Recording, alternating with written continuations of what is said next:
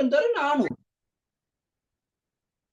பாருங்க இந்த இடத்துல கொஞ்சம் யோசிச்சு பாருங்க, டிஃபரெண்ட் ஒண்ணு வித்தியாசமா பாருங்க. 96 99 திடீர்னு 396 திடீர்னு 400. அப்ப இந்த இடத்துல உங்களுக்கு கூட்டல் ரீதியான தொடர்பு இருக்குதாங்க, திடீர்னு பெரிய ஒரு அமௌண்ட் கூடுது. கழுத்தல் ரீதியாக திடீர்னு பெரிய ஒரு அமௌண்ட் குறையுது. அப்ப இந்த இலக்கங்களோட வித்தியாசத்தை வச்சு நம்ம கண்டுபிடிக்க என்னன்னா, இதுக்குள்ள பெருக்கல் ரீதியான தொடர்புகள் ஏதாவது இருந்தால், ஏன்னா பெருமானம் பெருசாகுத நல்லா யோசிச்சுக்கொள்ளுங்க. பெருமானம் பெரிதாகதா இருந்தா ஒண்ணு பெருக்கல் ரீதியான தொடர்பு இருக்கணும், இல்லைன்னா கூட்டல் ரீதியான தொடர்பு இருக்கணும். பெருமானம் கூடிக்கிட்டே போதா இருந்தா, பெருமானம் பெருசாகதா இருந்தா பெரும்பாலும் பெருக்கல் ரீதியான தொடர்பு தான் இந்த இடத்துல இருக்கிறதுக்கான வாய்ப்புகள் இருக்கு. சின்ன சின்ன டிஃபரெண்ட் வருமா இருந்தா கழித்தல் அல்லது கூட்டல் ரீதியான அல்லது பிரித்தல் ரீதியான தொடர்பு வரப்போகுது. இப்ப நீங்க சொல்லுங்க பாப்பா, இதை வச்சு இதுல என்ன தொடர்பு இருக்கலாம்ன்றத சொல்லுங்க பாப்பா. யாராவது தெரிந்த சொல்லலாம்.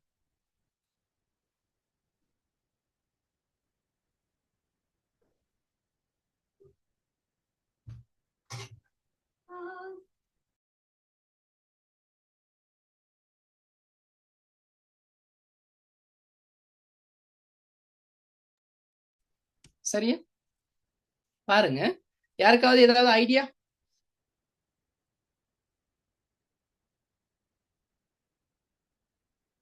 ஓகே பாருங்க, இதுல எப்படி செய்திருக்காங்க அப்படின்னா பாருங்க. முதலாவது பாப்போம், இதுக்குள்ள வித்தியாசத்தை பார்ப்போம். 400 396 4 வித்தியாசம். ஆனா இங்க வித்தியாசம் பெருசா இருக்கு.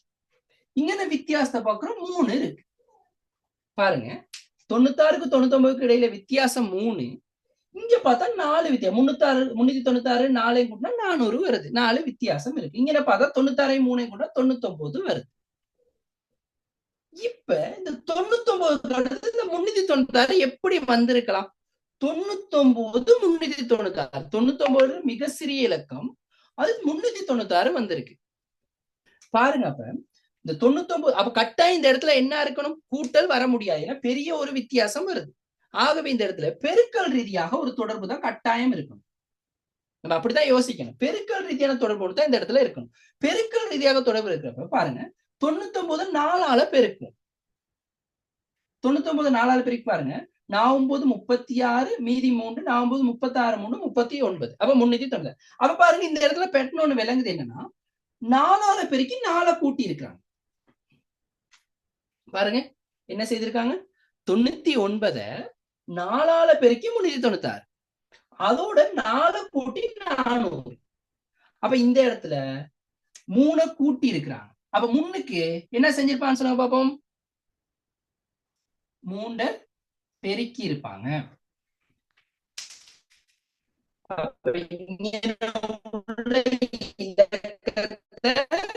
3ஆல பெருக்கும் போது 96 வரணும். இங்க உள்ள இலக்கத்தை 3ஆல பெருக்கும் போது 96 வரணும்.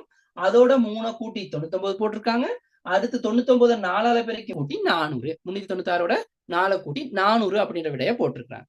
விளங்கிருச்சா? அப்ப 96 3ஆல பெருக்கும் போது 96 வரணுமாக இருந்தால் இந்த இடத்துல எத்தனை இருக்கும் அப்படின்னு கண்டுபிடிக்க நம்ம என்ன செய்யலாம்? 96 3ஆல பிரிச்சமாக இருந்தால் சரி. அப்ப 9 3ஆல பிரிப்பமாக இருந்தால் 3, 6 3ஆல பிரிப்பமாக இருந்தால் 2. ஆகவே விடை 32. பாருங்க 32 பெருக்கி பாருங்க, 2 3 6 3 9. 32 3ஆல பெருக்கிறோம் 96, 96ஓட 3 கூட்டுறோம் 99, 99 4ஆல பெருக்கிறோம் 396, 396ஓட 4 கூட்டுறோம் 400. ஆகவே முதலாவதுக்கு இந்த அடிப்படையில் அப்ப பாருங்க எப்படி ஒரு பேட்டர்ன் உருவாக்கி இருக்காங்க. 3ஆல பெருக்கி 3 கூட்டி இருக்கிறாங்க, 4ஆல பெருக்கி 4 கூட்டி இருக்கிறாங்க. அடுத்தது எப்படி வரும்? அடுத்தது இருந்தா 5ஆல பெருக்கி 5 கூட்டி இருப்பாங்க. அடுத்தது 6ஆல பெருக்கி 6 கூட்டிருப்பாங்க. இப்ப இதுக்கு முன்னுக்கு கண்டுபிடிக்கலாம், நம்ம கண்டுபிடிக்கிறதா, ஆனா நமக்கு தேவையில்லை. அப்ப இந்த ஒரு பேட்டர்ன் ஒண்ணு உருவாக்கி பாருங்க. இப்படியான ஒரு பேட்டர்ன்லையும் உங்களுக்கு வரலாம். முதலாவது வினா எல்லாருக்கும் கிளியரா? முதலாவது வினா யாருக்கும் சந்தேகம் இருந்தா கேள்வி. இல்ல கிளியர் சார். அப்ப இப்ப இதுல இருந்து நீங்க எடுத்துக்கொள்ள வேண்டியது என்னன்னா, இந்த அடிப்படையில வருமாக அந்த வித்தியாசத்தை பார்க்கிறோம்.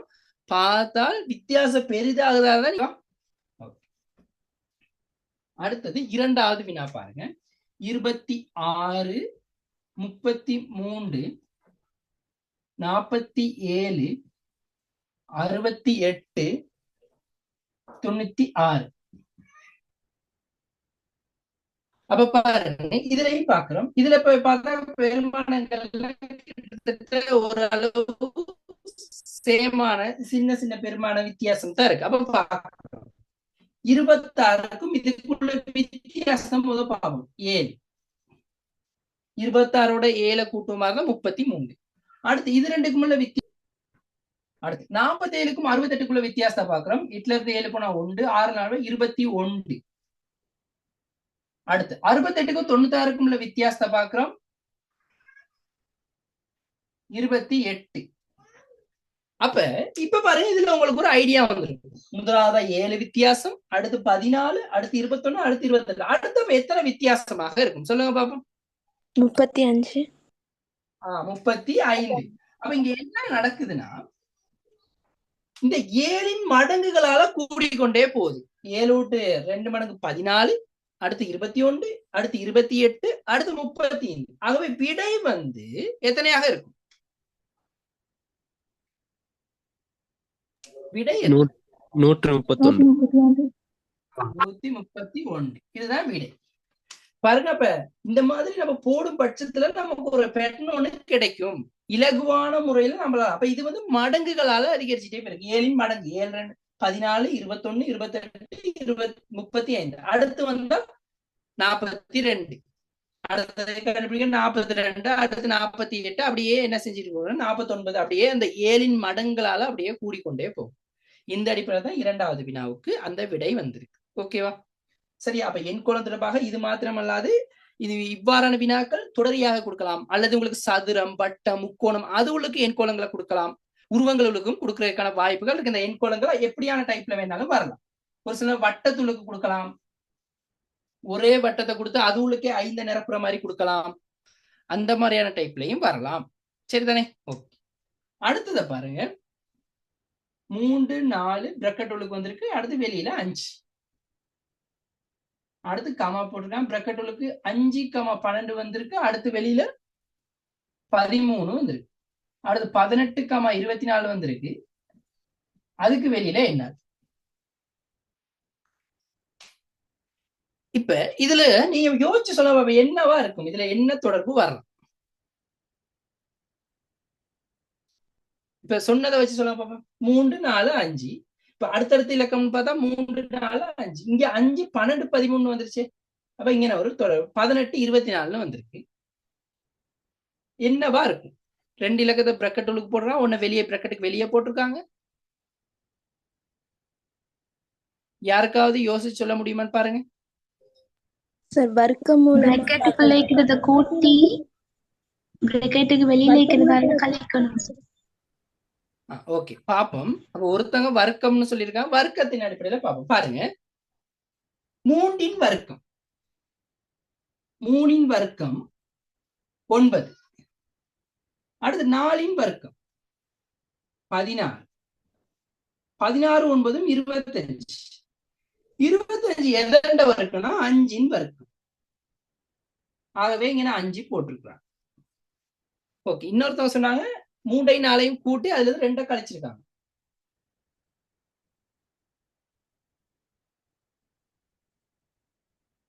அப்படியா சொன்னீங்க? இன்னொருத்தவங்க சொன்னாங்க. அதை பார்ப்போம். நம்ம இதை ஒருக்க மொத்தம் செக் பண்ணி பார்த்துட்டு அடுத்ததை பார்ப்போம். அடுத்து 5 வர்க்கம் 25. 12 வர்க்கம் 144.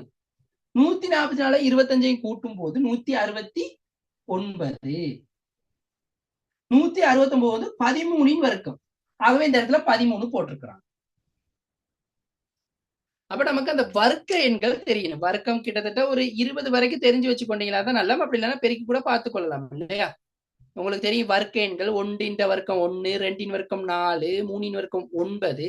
அப்படி அந்த கிட்டத்தட்ட 10 வரைக்கும் நமக்கு இலகுவாக தெரியும். 12 வரைக்கும் நம்ம சொல்ல தெரியும். 13க்கு 169, அடுத்து 14க்கு 196, 15க்கு 225. அப்படியே ஒரு சில 16 அப்படி ஒவ்வொன்றுக்கும் கொஞ்சம் பெருக்கி பார்த்து கொண்டாலும் நமக்கு நிறைவர்க்க எண்களை கண்டுபிடிக்கக்கூடியதாக இருக்கும். அடுத்ததை பார்ப்போம். 18 வர்க்கம், அடுத்து 24 வர்க்கம். 18 வர்க்கம் எத்தனைன்றதை பார்க்கணும். 17 வர்க்கம் எவ்வளவுன்னு கண்டுபிடிக்க நம்ம என்ன செய்யலாம்? பெருக்கி பார்க்கலாம். 18 பெருக்கி பார்த்தா வர்க்கத்தை கண்டுபிடிச்சிடலாம். 18 பெருக்கும் போது 324 வரும். 18 பெருக்கும் போது 324. அடுத்து 24 பெருக்கும் போது 576 வரும். அப்ப இது ரெண்டையும் கூட்டினா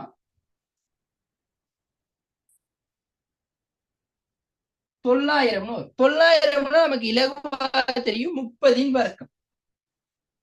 30 வர்க்கம் தான் 900. ஆகவே இந்த இடத்துல 30 என்ற பெருமதி வரும். அப்ப இந்த வர்க்கம் ரீதியான தொடர்பு இதுக்கு சரியாக இருக்கு. நீங்க இன்னொரு மெத்தட் சொன்னீங்க, அதுவும் பொருத்தமா இருந்தா நீங்க சொல்லலாம். யாரோ ஒரு ஆள் சொன்னீங்க தானே, ஒரு சொல்லுங்க பாப்போம். ஏன்னா இப்படி வர்க்க ரீதியான தொடர்பு நான் சொன்னேன், வர்க்கத்திலையும் விடைகள் வரலாம். வர்க்க ரீதியான தொடர்புகளும் எண்கோளத்துக்கு வரலாம். சரிதானே? இது ஓகேவா? யாருக்கா இதுல ஏதாவது சந்தேகம் இருக்கா?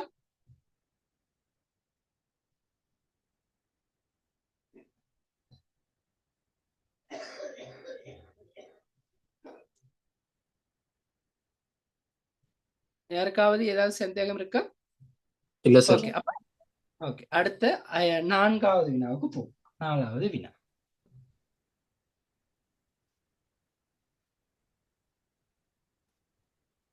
பாருங்க, 4, 5, 7, 11, 19. சரிதானே? ஓகே, இப்ப இங்கேயும் பார்ப்போம். இங்கேயும் பார்ப்ப மாதிரி தான் சின்ன சின்ன வித்தியாசங்கள் தான் இருக்கு. ஆகவே நம்ம முதலாவது வித்தியாசம் பார்ப்போம். 4க்கும் 5க்கும் இடையில வித்தியாசம் 1, 5க்கும் 7க்கும் இடையில வித்தியாசம் 2, 7க்கும் 11க்கும் இடையில வித்தியாசம் 4, 11க்கும் 19க்கும் இடையில வித்தியாசம் 8.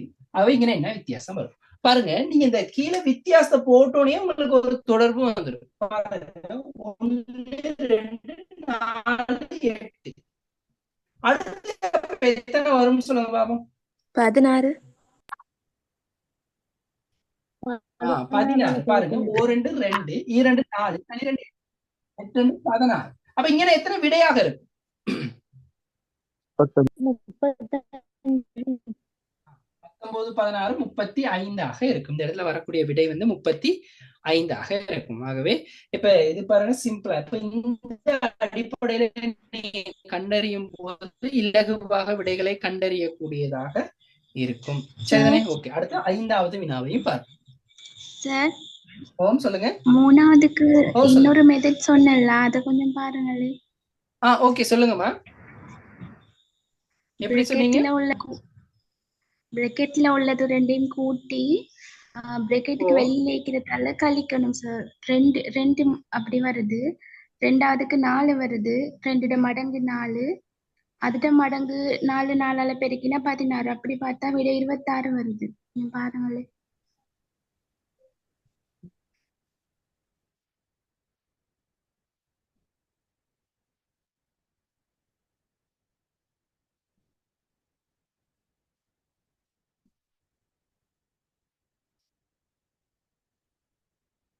இப்ப இல்லையம்மா, இங்க இப்ப நீங்க எந்த இலக்கத்தை போட்டு கழிப்பீங்க அப்படின்ற ஒரு சிக்கல் ஒண்ணு வருமே. 12 5 கூட்டினா 17, 17ல இருந்து 13 கழிக்கிறோம் 4, 4 3 கூட்டுறோம் 7, 7ல இருந்து 5 கழிச்சா 2. இப்ப 24 18 கூட்டும் போது 16 கழிக்கணும். ஏன் 16 கழிக்கணும்?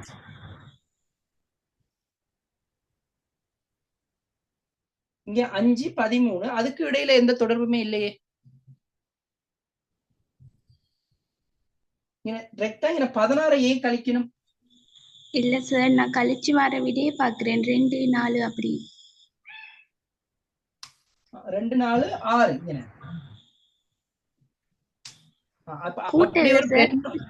கூட்ட இல்ல, நான் பெருக்குறேன்.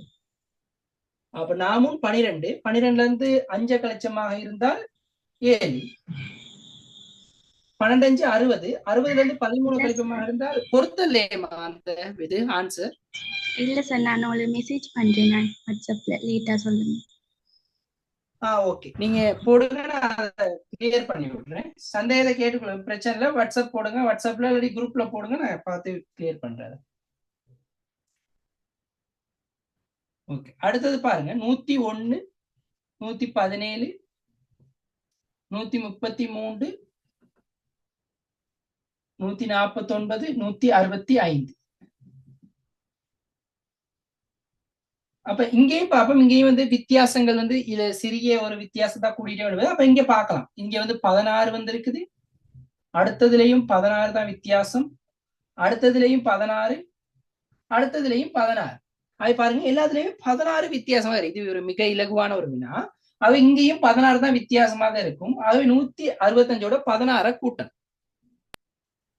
ஆகவே 181 இருக்கும். இப்ப இந்த அடிப்படையிலான வினாக்கள் உங்களோட எண்கோளம் தொடர்பாக இவ்வாறான வினாக்கள் வரும். இது மாத்திரமல்ல, இது கொஞ்சம் இங்க கொடுக்கப்பட்ட வினாக்கள் இலகுவானதாக இருக்கும். இதே மாதிரியான நீங்க வினாக்களுக்கு இன்னும் பிராக்டிஸ் பண்ண வித்தியாசமான வினாக்கள் எல்லாமே வரலாம்.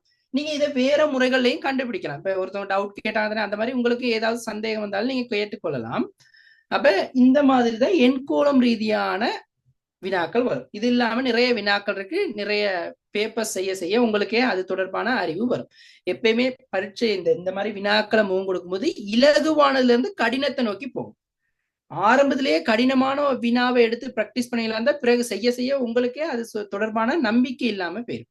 ஆகவே உங்களுக்கு நம்பிக்கை வரும் அந்த இலகுவான வினாவில இருந்து கடினத்தை நோக்கி போங்க. அப்போ உங்களுக்கு ஈஸியாக அதை அணுகி கொள்ளக்கூடியதாக இருக்கும். ஓகே தானே? அப்ப இந்த வித்தியாசமான டைப்ல வந்த 5 எண்கோளம் தொடர்பான வினாக்களை பார்த்தாச்சு. அடுத்ததாக இருக்கிறது உங்களோட டியூப்ல இருக்குது கணித திறனை அடிப்படையாக கொண்ட வினாக்கள். சரிதானே? கணித திறனை அடிப்படையாக கொண்ட வினாக்கள். அதுல வந்து இந்த வயது தொடர்பான வினா முதலாவதா போட்டிருக்க வினா வந்து வயது தொடர்பான வினா. எந்த ஒரு பரீட்சையை எடுத்தாலுமே இந்த வயது தொடர்பான வினா வராத பரீட்சைகளே இல்லை. இந்த உண்மையாக போட்டி பரீட்சைன்னு எடுத்துக்கொண்டாலே இந்த வயது தொடர்பான சொன்னதானே அந்த கணித ரீதியான வினாக்கள், அதுல வயது தொடர்பான வினா கட்டாயம் எக்ஸாமுக்கு ஒரு கேள்வியாக வரும். ஏதோ கணித திறன்ல வந்தால் இந்த மாதிரியான வினா ஒன்று வர்றதுக்கான வாய்ப்புகள் அதிகம் இருக்கு. ஓகேவா? இதை எப்படி செய்யலான்னு பாருங்க. தந்தையின் தற்போதைய வயது அவரது மகனின் வயதை போல 5 மடங்கா. இப்ப இங்க வந்து இந்த மடங்கு அப்படின்னா என்னன்னா 5 மடங்குனா 5ஆல பெருக்குறது. இப்ப 2 to 5 மடங்கு எத்தனைன்னு கேட்டா 2 5ஆல பெருக்கி பார்த்தோம்னா அதுதான் 5 மடங்கு. 2 தர 5, 2 to 5 மடங்கு எத்தனை? 10. இது 10 to 5 மடங்கு எத்தனைன்னு கேட்டா 10 தர 5 50. இதுதான் மடங்கு கண்டுபிடிக்கிறது. சம்டைம் இதுல நிறைய பேருக்கு கன்ஃபியூஸ் இருக்கலாம். அதே மாதிரி 8 to 5 மடங்கு எவ்வளவு? 8 5 40. அது பெருக்கி அதான் சொல்லுவோம் மடங்கு அப்படின்னு சொல்லுவாங்க. இந்த விஷயத்தை ஞாபகம் வச்சுக்கொள்ளுங்க. 6 மடங்குனா 6ஆல பெருக்கிறது, 7 மடங்குனா 7ஆல பெருக்கிறது. இதுதான் அது. அந்த விஷயத்தை ஞாபகம் வச்சுக்கொள்ளுங்க, மடங்கு அப்படின்ற விஷயம். இப்ப நம்ம இந்த வினாவுக்கு வருவோம். பாருங்க, தந்தையின் தற்போதைய வயது அவரது மகனின் வயதை போல 5 மடங்காகும். அப்ப இங்க தந்தை இருக்கிறாரு, மகன் இருக்கிறாரு. தந்தை மகன். இப்ப இவங்களுக்கு எத்தனை வயது? தற்போதைய வயது நமக்கு தெரியாது. தற்போது வயது எவ்வளவுன்ற நமக்கு தெரியாது. சரிதானே? சரி, பிள்ளைகள் எழுதுறது விளங்குதா? மார்க்கர் விளங்குது சார். ஓகே. பாருங்க, தந்தை மகன். தந்தையின் தற்போதைய வயது அவரது மகனின் வயதை போல 5 மடங்காகும். அப்ப தந்தையோட தற்போதைய வயது மகனுக்கு வயசை போல 5 மடங்கு. இப்ப மகனுக்கு நமக்கு எத்தனை வயதுன்னு தெரியாது, மகனின் வயது என்னன்னு தெரியாது. ஆகவே மகனின் வயது எக்ஸ்ன்னு எடுக்கிறேன். மகனுக்கு வயசு தெரியாதுனே, நீங்க எந்த ஒரு தெரியாக்கனையுமே எடுத்துக்கலாம். இப்ப தந்தையின் தற்போதைய வயது என்னவா இருக்குன்னு சொல்லுங்க பாப்போம். தந்தையின் தற்போதைய வயது அவரது மகனின் வயதை போல 5 மடங்கு. மகன் வயது எக்ஸ், ஆகவே தந்தைக்கு வயது வந்து 5 எக்ஸா இருக்கும். ஏன்னா 5 மடங்கு 5ஆல பெருக்கணும் தானே. நம்ம பார்த்தோம் சரி, 2னா மகனுக்கு 2 வயசா இருந்தா தந்தைக்கு 10 வயது. ஏன்னா 2 தர 5 10ன்னு வரும். இங்க மகனுக்கு எக்ஸ், ஆகவே தந்தைக்கு 5 எக்ஸ். இது விளங்கி இருக்கா? தற்போதைய வயது நம்ம எக்ஸ் அடிப்படையில போட்டிருக்கோம். அது கிளியரா? யாருக்காவது அதுல ஏதாவது சந்தேகம் இருக்கா ஏன் இப்படி வந்திருக்கு அப்படின்றது? ஏன்னா மகண்ட வயதை எக்ஸ் ஆக எடுத்துக்கொள்றோம். ஓகே, கேளுங்க. ஒரு வாட்டி சொல்லுங்களே சார். ஓகே. இப்ப இந்த இடத்துல வந்து சொல்லியிருக்காங்க என்னன்னா, மகண்ட தற்போதைய தந்தையின் தற்போதைய வயது வந்து மகனுண்ட தற்போதைய வயதுண்ட 5 மடங்காம். இப்ப மகனுண்ட தற்போதைய வயது நமக்கு தெரியாது. இப்ப மகண்ட தற்போதைய வயது உதாரணத்துக்கு நான் சொல்றேன் 10ன்னு வச்சுக்கொள்வோமே. தந்தையின் தற்போதைய வயது எவ்வளவுன்னு கேட்டா 10 தர 5. ஆகவே 50 வயதுன்னு சொல்லலாம். ஏன்னா மகனுக்கு தற்போதைய வயது 10, ஆகவே தந்தைக்கு தற்போதைய வயது மகனுட்டு வயதின் 5 மடங்கு. மகனுக்கு 10 வயசு, ஆகவே 5ஆல பெருக்கினா தந்தைக்கு 50 வயசு அப்படின்னு சொல்லிடலாம். இங்க விடையை நம்ம நேரடியாக சொல்லக்கூடியதா இருக்கு. ஆனா இங்க வந்து மகனுட்டு வயது எவ்வளவுன்னு தெரியாது. மகனின் வயது எவ்வளவுன்னு தெரியல. ஆகவே மகனுட்டு வயதை நான் எக்ஸ் என்று எடுத்துக்கொள்றோம். தெரியாக்கணியமா எடுத்துக்கொள்றோம். மகனுட்டு வயதை எக்ஸ் ஆக எடுத்துக்கொள்றோம்.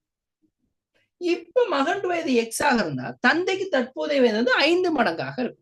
ஆகவே எக்ஸ் விட்டு 5 மடங்கு 5x. எக்ஸ் விட்டு 5 மடங்கு 5x ஆக இருக்கும்.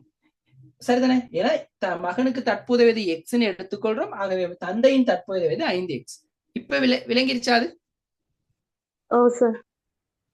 இதே 10 மடங்கா இருந்தா இங்க 10x வரும். இதே 7 மடங்குனா 7x, 8 மடங்குனா 8x. இப்படி அதுக்கு ஏத்த மாதிரி அதை என்ன செஞ்சு கொண்டே போகும், மாறிக்கொண்டே போகும்.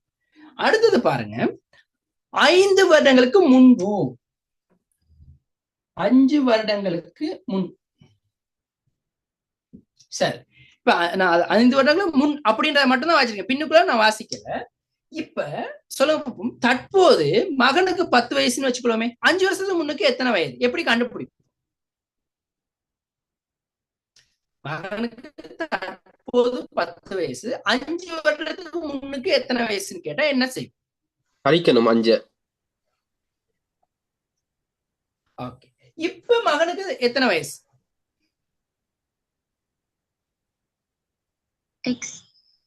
இப்ப இங்க மகனுக்கு எத்தனை வயசா? எக்ஸ் 5 வருஷத்துக்கு முன்னுக்கு என்னவா இருக்கும்? இப்ப எக்ஸ் 5ஆக இருக்கும். அப்ப மகனோட்டு 5 வருடங்களுக்கு முன்னுக்குள்ள வயது என்னவா இருக்கும்? எக்ஸ் 5ஆக இருக்கும். தந்தைக்கு எத்தனை வயதாக இருக்கும்? 5 வருஷத்துக்கு முன்னுக்கு எத்தனை வயசா இருக்கும்?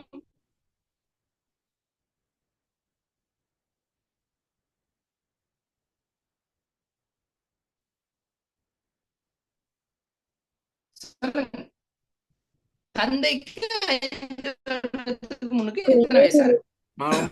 சார் மங்களகுமார் என்னன்னு கேட்டா கொஞ்சம் கவரேஜ் இஷ்யூ வரும்னு நினைக்கிறேன், கொஞ்சம் கிளியர்ல.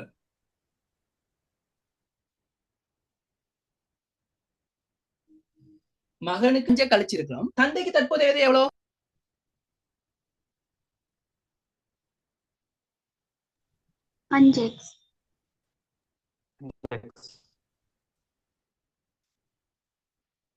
ஓகே, என்னவா இருக்கும்? 5x sin 5ஆக இருக்கும். ஓகே, இப்ப ஓகேவா? நான் கதைக்கிறேன். கவரேஜ் கொஞ்சம் இப்ப விளங்குதா பிள்ளைகள்? இல்ல சார், இப்பயும் அடைக்குது. கொஞ்சம் இருங்க வரேன், கொஞ்சம் ஒரு நிமிஷம். மழை தானே, கொஞ்சம் கிளைமேட் பிரச்சனைனால. ஓகே, கொஞ்சம் வெயிட்.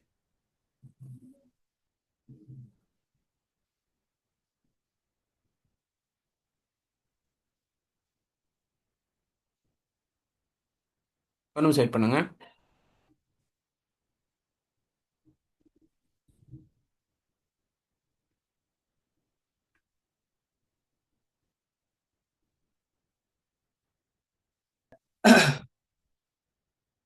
பாருங்க, அப்ப தந்தையின் வயது வந்து 5x, 5 வருடத்துக்கு முன்னால 5 கழிக்கிறேன், 5x sin 5. ஓகேவா? இப்ப என்ன சொல்லிருக்காங்கன்னா அடுத்த லைனை முக்கியமா வாசிங்க பாருங்க.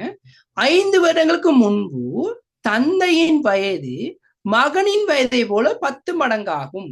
இப்ப 5 வருஷத்துக்கு முன்னுக்கு மகனின் வயது வந்து x 5 இல்லையா?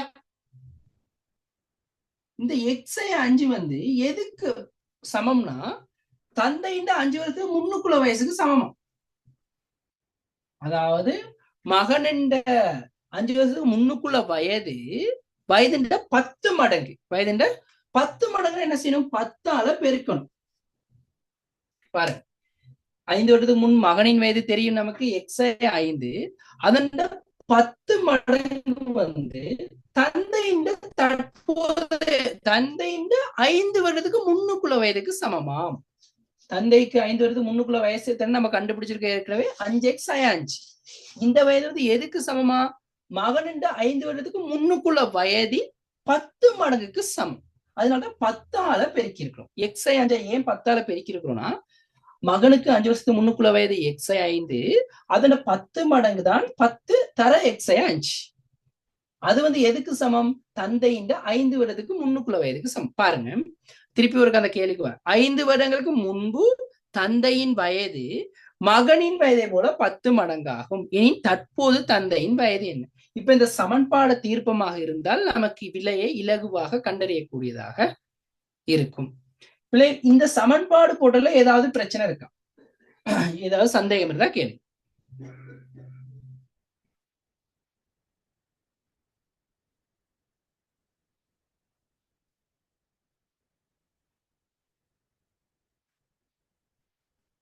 யாருக்கும் இல்லைன்னு நினைக்கிறேன். அப்ப இந்த சமன்பாடை தீர்க்கிறதா பார்ப்போம். 10 x பெருக்குனா 10x சய 50 இது சமன் 5x சய 5. இப்ப இந்த சமன்பாடு தீர்க்கிற இதுக்கெல்லாம் டைம் கூட போகாது. நான் உங்களுக்கு தெளிவாக விளங்கப்படுத்துறதுக்காக கொஞ்சம் டைம் எடுக்குது. நீங்க யோசிக்க கூட இவ்வளவு நேரம் போகுது அப்படின்ட்டு ஐடியா குயிக்கா வரும். சரிதானே? ஓகே. இப்ப பாருங்க x ஒரே பக்கம் எடுப்போம். 10x சய 5x 50 சய 5 சய 50 கிட்ட வந்தா சக 50 அது சக 5x கிட்ட வரும்போது சய 5x ஆகவே 10x 5x போனா 5x 5x சமன் 45 5x சமன் 45 தந்தைக்கு தற்போதைய வயது 5x ஆகவே 45 ஆகவே தந்தையின் தற்போதைய வயது 45. விளங்கிருச்சா பிள்ளை? கிளியரா? யாருக்காவது ஏதாவது சந்தேகம் இருக்கா? சரி, இப்ப ஒரு கேள்வி கேட்கிறேன், சொல்லுங்க பாப்போம். மகனுக்கு தற்போதைய வயது எத்தனை? மகனின் தற்போதைய வயது. Okay, very good. ஓகே, அப்ப உங்களுக்கு இது விளங்கிருச்சு. ஓகே, அப்ப மகன் தற்போதைய வயது கேட்டாலும் சொல்லலாம் 9. மகனுக்கு 5 வருஷத்துக்கு முன்னுக்குள்ள வயசை கேட்டாலும் சொல்லலாம், 10 வருஷத்துக்கு பிறகுள்ள வயசை கேட்டாலும் சொல்லலாம். எப்படி வினாவை கேட்டாலும் உங்களுக்கு செய்யக்கூடியதாக இருக்கும். என்னன்னா இந்த வயது வினாக்களை வெவ்வேறு விதமாக செய்யலாம். ஆனா இந்த மெத்தட்ல செய்வீங்களாக இருந்தால் எவ்வாறான வினாக்கள் வந்தாலும் வயசு தொடர்பாக எப்படியான வினாக்கள் உங்களுக்கு எக்ஸாமுக்கு வந்தாலும் இலகுவாக செய்ய முடியும். இதுக்கு நேரம் அதிகமாக எடுக்காது. நீங்க பிராக்டிஸ் பண்ண இலகுவாக செய்யக்கூடியதாக இருக்கும். இந்த வினா மாத்திரமல்ல, எவ்வாறான வயது வினாக்கள் வந்தாலும் இந்த மெத்தடை பயன்படுத்தி உங்களுக்கு செய்யக்கூடியதாக இருக்கும். அதாவது இந்த ஒரு மெத்தட்லயே எல்லா வினாக்களையும் செய்யக்கூடியதாக இருக்கும். ஆகவே நீங்க சம்டைம் வேற வேற மெத்தட்லாம் பார்ப்பீங்க, சம்டைம் பார்ப்பீங்களாக இருந்தாலும் கூட இது வந்து எப்படியான வினாக்கள் வந்தாலும் செய்யக்கூடிய மாதிரியானதாக இருக்கும். ஓகே தானே? கிளியர் தானே எல்லாருக்கும்? ஓகே, அப்ப அடுத்த வினாவுக்கு போவோம்.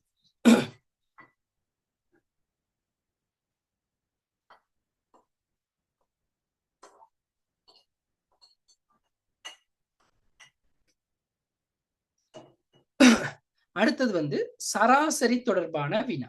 இதுவும் வந்து என்னன்னா வயது சராசரி ரெண்டையுமே சேர்த்து சொல்லி சரிதானே? வயது சராசரி ரெண்டும் சேர்ந்து வந்திருக்குது.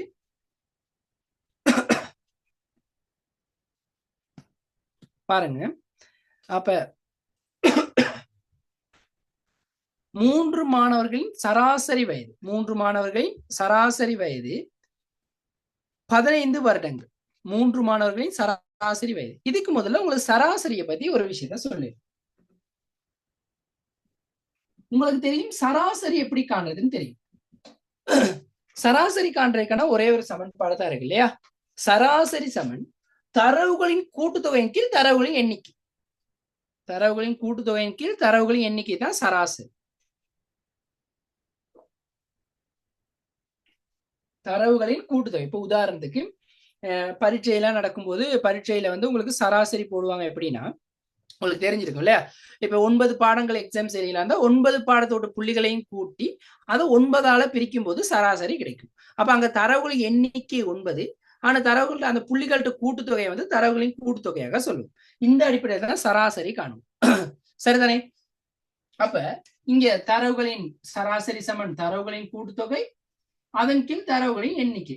இப்ப இந்த சமன்பாடை நம்ம தேவைக்கு ஏற்ற மாதிரி எல்லாம் மாற்றிக்கொள்ளவும் முடியும். எப்படி? தரவுகளின் கூட்டுத்தொகையை கேட்டா சராசரி தர தரவுகளின் எண்ணிக்கை. பாருங்க, தரவுகளின் கூட்டுத்தொகையை கேட்டா சராசரி தர தரவுகளின் எண்ணிக்கையை போட்டா தரவுகளின் கூட்டுத்தொகை வரும். அதே மாதிரி தரவுகளின் எண்ணிக்கையை கேட்கிறாங்கன்னு வச்சுக்கலாமே. தரவுகளின் எண்ணிக்கை சமன் தரவுகளின் கூட்டுத்தொகையின் கீழ் சராசரி. தரவுகளின் கூட்டுத்தொகையை சராசரியால வகுப்பமாக இருந்தால் நமக்கு தரவுகளின் எண்ணிக்கை கிடைக்கும். பாருங்க, இப்ப இந்த ஒரு சமன்பாடம் மாத்துறதுக்கு தெரியணும், அந்த கேள்விக்கு ஏற்ற மாதிரி மாத்துறேன். பாருங்க, சராசரி சமன் தரவுகளின் கூட்டுத்தொகையின் கீழ் தரவுகளின் எண்ணிக்கை. தரவுகளின் கூட்டுத்தொகை கேட்டா அதை அப்படியே மாத்துறேன். எப்படி? சராசரி தர தரவுகளின் எண்ணிக்கை. அதே தரவுகளின் எண்ணிக்கை கேட்டா தரவுகளின் கூட்டுத்தொகை இன் கீழ் சராசரி. அப்ப இந்த அடிப்படையில சராசரியை சராசரி கலந்த சமன்பாடை மாத்த தெரிஞ்சாலே சராசரி தொடர்பாக வார வினாக்கள் எதுவாக இருந்தாலும் செய்யக்கூடியதாக இருக்கும். சரிதானே? ஓகே, சரியா? ஓகே, அடுத்தத பாருங்க. இப்ப இதுல அடுத்த விஷயத்த அப்ப இங்க வினாவுக்கு வரும். 3 மாணவர்களின் சராசரி வயது 15. அப்ப இங்க பாருங்க, தரவுகளின் எண்ணிக்கை எத்தனை சொல்லுங்க. தரவுகளின் எண்ணிக்கை எத்தனை? 3 தரவு எண்ணிக்கை. சராசரி கொடுங்க. சராசரி எவ்வளவு? 15. 15. அப்ப தரவுகளின் கூட்டுத்தொகையை கண்டுபிடிக்கணுமா? தரவுகளின் கூட்டுத்தொகை தான் தெரியாது நமக்கு. இப்ப ஏன் தரவுகள் எண்ணிக்கையும் கொடுத்துட்டாங்க, சராசரியும் கொடுத்தாங்க. தரவுகளின் கூட்டுத்தொகை காண்ற சமன்பாடு என்னது? தரவுகளின் எண்ணிக்கை தர சராசரி. ஆகவே தரவுகளின் எண்ணிக்கை நமக்கு தெரியும் 3, சராசரி நமக்கு தெரியும் 15. ஆகவே தரவுகளின் கூட்டுத்தொகை 45. இப்ப நம்ம தரவுகளின் கூட்டுத்தொகையை கண்டுபிடிச்சிட்டோம். அப்ப அங்க உள்ள 3 மாணவர்கள் மொத்த வயசு 45. 3 மாணவர்கள் மொத்த வயது 45. அவர்களின் வயதுகளுக்கான விகித முறையை 3க்கு 5க்கு 7 எனில், அப்ப 3 மாணவருக்கா அவங்களோட விகிதத்தை சொல்லியிருக்காங்க. எப்படி? 3க்கு 5க்கு 7 விகிதம். அந்த 3 மாணவர் இருக்காங்க, 3 மாணவருக்கு வயதுக்கு விகிதம் 3க்கு 5க்கு 7. நம்ம இந்த 3 விகிதத்தை கூட்டும் போது எத்தனை வரணும்? நமக்கு 45 வரணும். அது இல்லாம சொல்லியிருக்காங்க இங்க உள்ள சிறியவருட்டு வயது என்னன்னு கேட்டிருக்காங்க. அப்ப நம்ம இதெல்லாம் என்ன எடுத்துக்கொள்வோம்னா தெரியாக்கணியம் ஒன்றா எடுத்துக்கோ. இந்த 3x எடுத்துக்கொள்வோம். இவர் 5x வயது, இது 7x வயது. இப்ப பாருங்க, இந்த 3x, இந்த 5x, இந்த 7x எல்லாத்தையும் கூட்டா எத்தனை வரணும்னு சொல்லுங்க பாப்போம். 45. எல்லாத்தையும் கூட்டினா 45 வரும். அப்ப 7 5 12 3 15x எத்தனையாக இருக்கும்? 45 இருக்கும். ஆகவே x எத்தனையாக இருக்கும்? 3 இருக்கும். ஆகவே இளையவர் வயது எத்தனைன்னு சொல்லுங்க பாப்போம். நீங்களே சொல்லலாம்.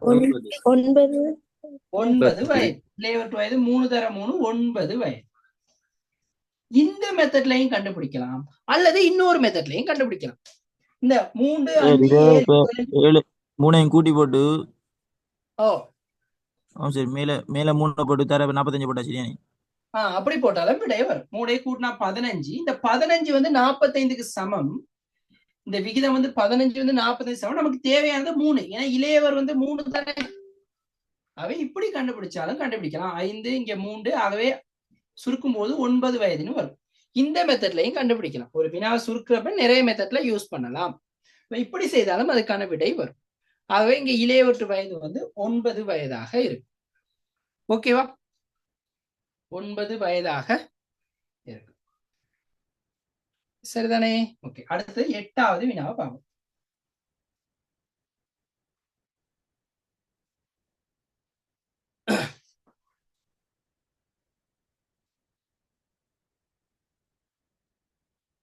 பாருங்க, மூர்த்தி மற்றும் சேகரின் வயதுகளின் விகிதம் 5க்கு 2. மூர்த்தின்னு ஒருத்தர் இருக்காங்க, சேகர்னு ஒருத்தர் இருக்காரு. இவங்களுக்கு இடையில வயதுகளுக்கான விகிதம் 5க்கு 2. மேலும் அவர்களின் வயது வித்தியாசம் 12.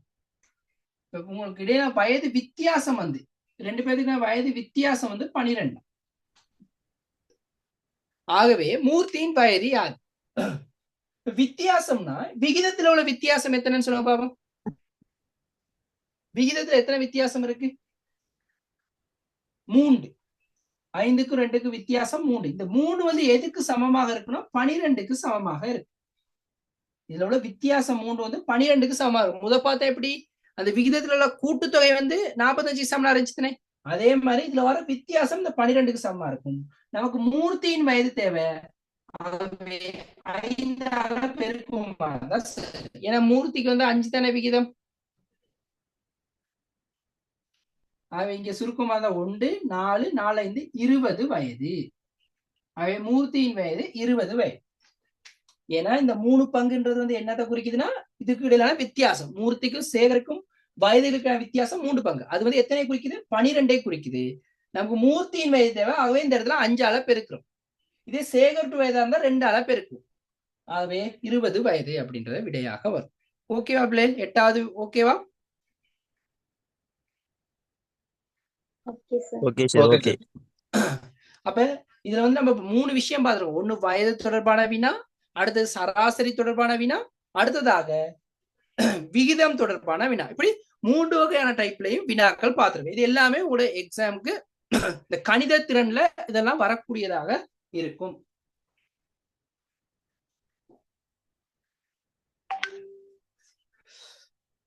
அடுத்ததை பாருங்க. அடுத்தது வந்து இந்த மனித நாள் அல்லது வேலை நாள் அப்படின்னு சொல்லுவோம். மனித நாள் அல்லது வேலை நாள். இந்த வினாவை அணுகிறதுக்கு முதல் பாருங்க, இப்படி ஒரு விஷயம் இருக்கு. வேலை நாள் கண்டுபிடிக்கிறப்ப என்ன நடக்கும்னா, எப்படி அந்த பின்னத்தை ஒழுங்கமைக்கணும்னு பாருங்க. வேலை அளவு அதன் கீழ் பாருங்க, வேலையின் அளவு மேலையும் கீழே வந்து அதுக்கு எடுக்கிற நாள் அல்லது மணித்தியாலம் அல்லது நிமிடம் வரும். பின்னம் ஒண்ணு எப்படி உருவாக்க போறோம்? இப்போ உதாரணத்துக்கு நான் சொல்றேன், ஒருத்தர் ஒரு வேலைய 20 நாள்ல செய்யறாரு. அப்ப பின்னம் எப்படி உருவாகும்? 1 கீழ் 20. சரியா? ஒருத்தர் 5 வேலைய 10 நாள்ல செய்யறாரு. அப்ப எப்படி பின்னம் வரும்? 5 கீழ் 10ன்னு வரும். நான் உதாரணத்துக்கு சொல்றேன், 5 வேலையை 10 நாள்ல செஞ்சா 5 கீழ் 10. இப்போ ஒரு போட்டோகாபி மெஷின் இருக்கு. அந்த 10 தாளை பிரிண்ட் எடுக்கிறதுக்கு 10 தாளை பிரிண்ட் எடுக்க 2 நிமிஷம் எடுத்துக்கணும். அப்ப எப்படி வரும்? 10 கீழ் 2. ஏன்னா அதுக்கு வேலை வந்து 10 தாளை பிரிண்ட் எடுக்கிறதுக்கு அதுக்கு இருக்கிற நேரம் வந்து 2 நிமிஷம். விளங்கிச்சா? அப்ப இந்த அடிப்படை வேலைன்றது மேலையும் அதுக்கான நேரம் அல்லது நாள் அல்லது மணித்தியாலன்றது கீழையும் வரும். விளங்கிச்சா? வேலையின் அளவுன்றது மேலையும் அதுக்கு கீழே வந்து வர்றது வந்து அதுக்கு எடுக்கக்கூடிய நாள் மணித்தியாலம் நிமிடம். இதை போட தெரிஞ்சாலே உங்களுக்கு எப்படியான இந்த வேக நேர வினா வந்தாலும் செய்யக்கூடியதாக இருக்கும். சாரி, இந்த வேலை நாள் வினா வந்தாலும் செய்யக்கூடியதாக இருக்கும். இந்த பின்னத்தை உருவாக்க தெரிஞ்சிருக்கணும். அதுக்கான ஐடியா தான் நான் கொடுத்துருக்கேன். எப்படி? வேலையின் அளவு அதன் கீழ் நாள் மணித்தியாலம் நிமிடம். நாளா இருந்தா நாள், மணித்தியாலமா இருந்தா மணித்தியாலம், நிமிடமா இருந்தா நிமிடம். ஓகேவா? சரிதானே?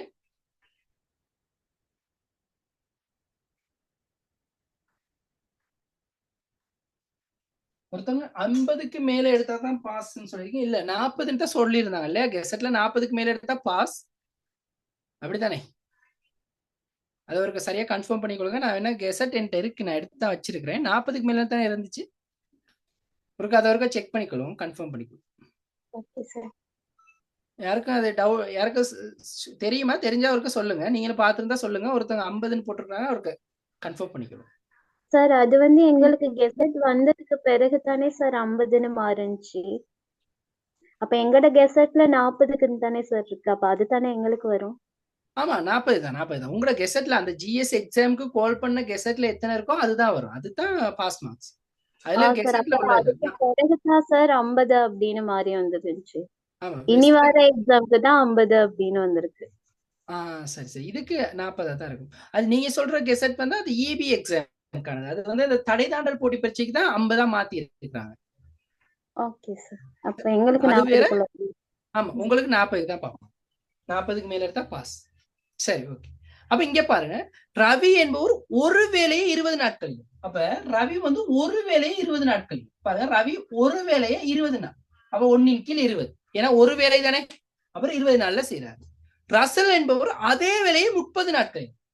ரசல் என்பவர் என்ன செய்யறாருன்னா அதே வேலையை 30 நாட்களையும், அதே ஒரு வேலையை 30 நாட்களையும் செய்யறாங்க.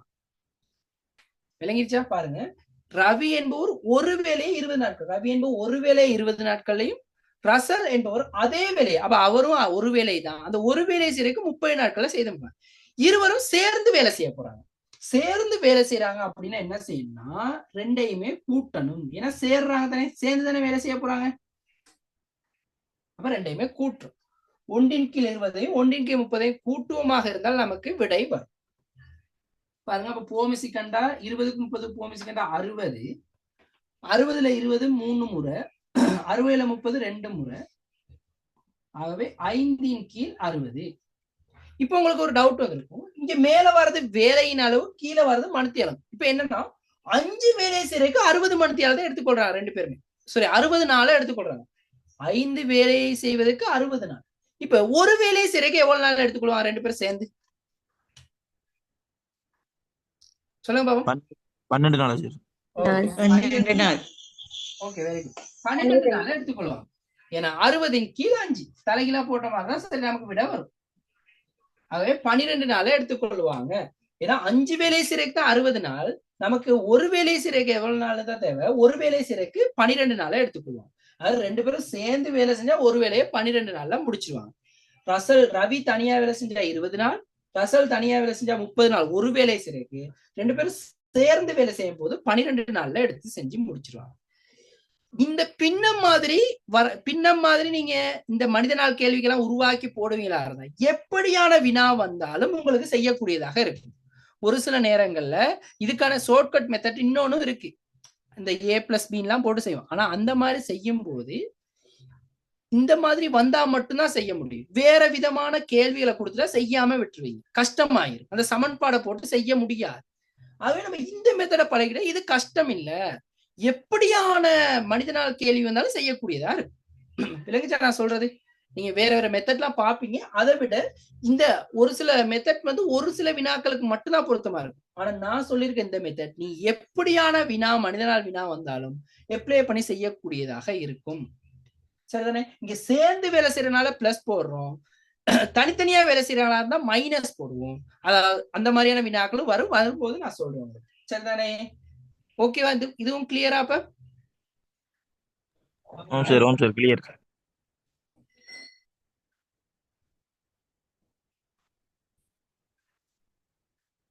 அடுத்தது, ராம் என்பவர், அந்த வினாவும் மேல உள்ள வினா மாதிரியே தான். ஆகவே நீங்க அதை செய்வீங்கன்னு நினைக்கிறேன். நான் அடுத்த வினாவுக்கு போறேன். 10வது நீங்க செய்து பார்க்கலாம். 11வது வினாவை பார்க்கலாம். பாருங்க, ஒரு தொட்டியை இரு குழாய்கள் தனித்தனியே முறையே 30 நிமிடங்கள் 40 நிமிடங்கள் நிரப்புகின்றது. சரியா? ஒரு தொட்டியை இரு குழாய்கள் தனித்தனியே முறையே 30 நிமிடங்கள் 40 நிமிடங்கள் நிரப்புகின்றது. மற்றொரு குழாய் நீர் நிரம்பிய தொட்டியை 24 நிமிடங்கள் காலி செய்யும், வெளியேற்றுதான். தொட்டி காலியாக இருந்து இம்மூன்று குழாய்களும் ஒரே நேரத்தில் திறந்து விடப்பட்டால் அத்தொட்டி எத்தனை நிமிடங்களில் நிரம்பும்? அப்ப இந்த கேள்வி வந்து என்னன்னா, ஒரு தொட்டி ஒன்று இருக்கு, அதுல 2 குழாய் மூலமாக தண்ணி வந்து சேர்ந்து ஒரு குழாயில தண்ணியை அனுப்புது வெளியே. அப்ப இந்த இரு குழாய்கள்ல ஒரு குழாய் மட்டும் தனியா வேலை செஞ்சா 30 நிமிஷத்துல நிரப்பும், இன்னொரு குழாய் தனியா நிரப்புனா 40 நிமிஷத்துல நிரப்பும், இன்னொரு குழாய் தனியா 24 நிமிஷத்துல வெளியே அனுப்பிடும் தண்ணியை. இப்ப டேங்க் எம்டியா இருக்கு, 3 குழாயும் சேம் டைம் திறக்கிறாங்க. இப்ப எவ்வளவு நேரத்துல தொட்டி நிரப்பும்? அப்ப ஒரே ஒரு தொட்டி தான். அப்ப நமக்கு தெரியும், இந்த ஏன்ற குழாய், இது பீன்ற குழாய், இது சீன்ற குழாய்னு வச்சுக்கொள்வோமே. ஏன்ற குழாய் வேலை செய்யறதுக்கு ஒரு தொட்டியை நிரப்புறதுக்கு 30 நிமிஷத்தை எடுப்பார். பீன்ற குழாய் ஒரு தொட்டியை நிரப்புறதுக்கு 40 நிமிஷத்தை எடுப்பார். இப்ப இவங்க நிரப்புறாங்கன்னா இவங்க சேர்ந்து வேலை செய்யறாங்க. ஆகவே இந்த இடத்துல பிளஸ் அடையாளம். அதே மாதிரி இவர் ஒரு தொட்டிய வெளியே அனுப்புறதுக்கு 24 நிமிஷத்தை எடுப்பாரு. இவங்க 2 பேரும் சேர்ந்து நிரப்புனதை இவர் வெளியே அனுப்புறாரு. ஆகவே இவர் மைனஸ் பண்றாரு, குறைக்கிறார். ஆகவே இந்த இடத்துல மைனஸ் அடையாளம். விலகிக் கொள்ளுங்க. ஏன்ற ஒரு தண்ணியை நிரப்புறாரு, பீன்ற ஒரு தண்ணியை நிரப்புறாரு. ஆகவே 1/30 1/40. ஒரு தொட்டியை இவர் 30 நிமிஷத்துக்கு நிரப்புவாரு, இவர் ஒரு தொட்டியை 40 நிமிஷத்துக்கு நிரப்புவாரு. இந்த சேர்க்கிறனால பிளஸ் போட்டிருக்கோம். அவங்க 2 பேரும் சேர்த்ததை இந்த சீன்ற குழாய் வெளியே அனுப்புறாரு. ஆகவே 1/24. இப்ப பிளஸ் மைனஸ் வந்தா சேர்த்தே போமிசி காணலாம். போமிசி கண்டா 120. 120ல 30 4 முறை, 120ல 40 3 முறை, 120ல 24 5 முறை. ஆகவே 4 3 7, 7ல 5 போனா 2, 2 கீழ் 120. ஆகவே இங்க என்ன அர்த்தம்னா 2 தொட்டியை நிரப்புறதுக்கு 120 நிமிடம் எடுக்கும். 2 தொட்டியை இந்த 3 குழாய் சேர்ந்து நிரப்புறதுக்கு 120 நிமிஷம் எடுக்கும். ஆகவே ஒரு தொட்டியை நிரப்புறதுக்கு நமக்கு எவ்வளவுன்னு தேவை? ஒரு தொட்டியை நிரப்புறதுக்கு 60 நிமிடத்தை எடுக்கும். விளங்கிச்சா? அப்ப பாருங்க, இப்படியான வினாக்கள் வந்தாலும் உங்களுக்கு செய்யக்கூடியதாக இருக்கும். அவே 11வது வினாவுக்கு வந்து 60 நிமிடம். ஓகேவா? அடுத்தது வந்து இந்த வரி தொடர்பான ஒரு வினா. வரி தொடர்பான வினாக்கள் இருக்கு. நேரமும் கொஞ்சம் போய்கிட்டே இருக்கனால நம்ம இந்த பிறகு உள்ள கணித வினாக்கள் கொஞ்சம் பார்ப்போம். அதுக்கு பிறகு நம்ம இது டிரெக்டா வரும் இந்த சுடோக்கு தொடர்பான வினா. ஏன்னா அண்மைய காலங்களில் பொறுத்தவரை இந்த சுடோக்கு தொடர்பான வினாக்கள் அதிகமாக வரக்கூடியதாக இருக்குதுன்னு சொல்லியிருக்கிறாங்க. நான் இங்க சுடோக்குல வந்து இலக்கங்கள் போட்டிருக்கிறேன்.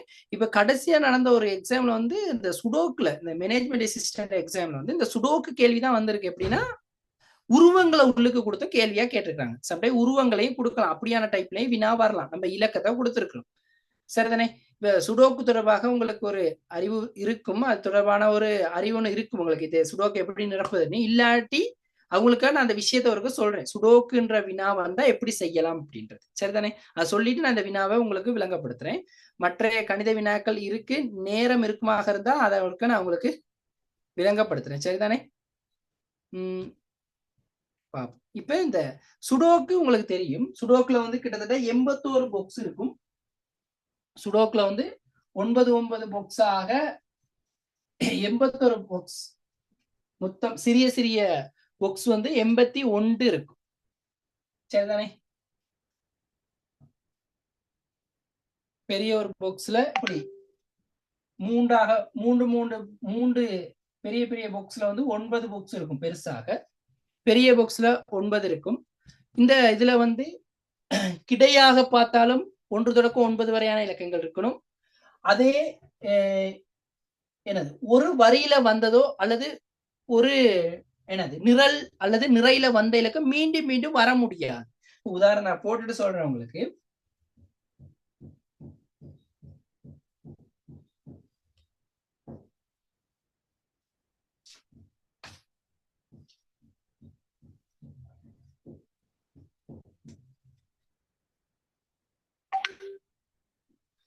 இப்ப உதாரணத்துக்கு இந்த இடத்துல 1 வந்திருக்குன்னு வச்சுக்கொள்வோமே. மீண்டும் இந்த ரோல எங்கேயுமே 1 வர முடியாது சார். இந்த நிரல்ல எங்கேயுமே 1 வர முடியாது. அதே மாதிரி இந்த நிறையிலையும் எங்கேயுமே 1 வர முடியாது. அதாவது இதுல வந்து 1 தொடக்கம் 9 வரையான இலக்கங்களை மட்டும்தான் போடணும். ஆனா மீண்டும் அதே இலக்கம் வர முடியாது. இதுதான் இந்த சுடோக்கு. அதே மாதிரி இந்த குட்டியா இருக்கிற இந்த ஒரு பாக்ஸ் இருக்கு, இது உள்ளுக்கு இருக்க அந்த 9 பாக்ஸ், அது உள்ளுக்கும் ஒரே இலக்கம் மீண்டும் வர முடியாது. இப்ப இங்க 1 வந்துட்டனால திருப்பி ஒரு இது உள்ளுக்கே 1 வர முடியாது. நான் சொல்ற ரூல்ஸ் விளங்கியிருக்குன்னு நினைக்கிறேன். பாருங்க, இது நல்லா விளங்கி கொள்ளுங்க. சம்டைம் உருவங்கள்லாம் கொடுப்பாங்க. இதுல நிறையிலையும் ஒரே இலக்கம் மீண்டும் மீண்டும் வர முடியாது. இப்போ 1 வந்துச்சுன்னா அதே நிறையில திருப்பி வரைக்கும் 1 வர முடியாது. அதே மாதிரி நிரல்லையும் வர முடியாது. அதே மாதிரி அந்த பொக்ஸுலுக்கும் வர முடியாது 1. பாருங்க, 1 2 3 4 இதுலயும் 9 பாக்ஸ் தான் இருக்கும். அந்த பொக்ஸுலுக்கு 1 தொடக்கம் 9 வரையான இலக்கங்கள் இருக்கும். சரிதானே?